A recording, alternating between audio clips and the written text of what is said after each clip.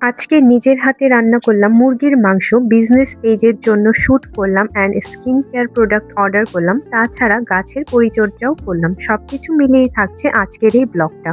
Hello everyone, welcome to another daily blog. আশা করছি তোমরা সবাই খুব ভালো আছো। আজকে সকালের শুরুটা হয়েছিল খুব সুন্দরভাবে, কারণ সকালে ঘুম থেকে উঠে আমি সবার প্রথমে পূজা দিয়েছিলাম সেজন্য। আর সকালবেলা পূজা দিলে দিনের শুরুটাই যেন অন্যরকম ভাবে হয়।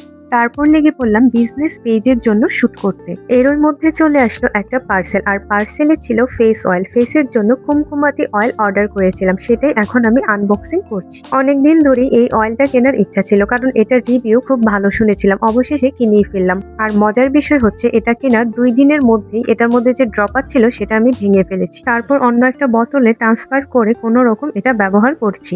যাই হোক, তারপর চলে গেলাম বারান্দায় গাছের টবগুলো পাল্টানোর জন্য। গাছের টবগুলো প্রায় ভেঙে গেছে বললেই চলে, আর গাছগুলো এত পরিমাণ বড় হয়ে গেছিল যে ছোট টবে জায়গা হচ্ছে না, সেজন্য বড় টবে ট্রান্সফার করে দিচ্ছিলাম। আর গাছ লাগানোর পরের দৃশ্য হচ্ছে এটা, যেটা ছিল খুবই ভয়ঙ্কর। সবকিছু পরিষ্কার করে চলে গেলাম রান্না করার জন্য।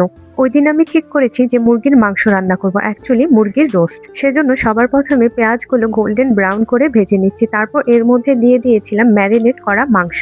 আর মাংসগুলো কি কি দিয়ে ম্যারিনেট করা হয়েছিল সেটা আমি জানি না, কারণ আমার মা মাংসগুলো ম্যারিনেট করে দিয়েছিল। আমি শুধু মাংসের মধ্যে জল দিয়ে ভালো মতো কষিয়েছি অ্যান্ড মাখা মাখা হয়ে যাওয়ার পর সেগুলো নামিয়ে নিয়েছি। আর মাংসটা যতক্ষণ সেদ্ধ হচ্ছে ততক্ষণ আমি খুব সুন্দর করে সালাদ বানিয়ে নিচ্ছিলাম। এরপর দেখলাম যে মাংস রান্নাও কমপ্লিট। তারপর মাংসটা নামিয়ে নিলাম। তারপর আর কোনো ব্লগ করা হয়নি। দুপুরে যে গাছগুলো টপ চেঞ্জ করেছিলাম তার মধ্যে একটা ছিল রেইনফুল গাছ, আরেকটা ছিল জবা ফুল গাছ। জবা ফুল গাছটা এত বড়ই হয়ে যায় যে সেটাকে আর বারান্দায় রাখা সম্ভব হচ্ছে না, সেজন্য বাগানে নিয়ে লাগিয়ে দেওয়া হবে। তাই জবা ফুল গাছের সাথে আজকে আমাদের শেষ দিন। আর গাছটার সাথে সাথে তোমাদেরকেও টাটা করে দিচ্ছি, কারণ আজকের ব্লগটা এখানেই এন্ড করছি।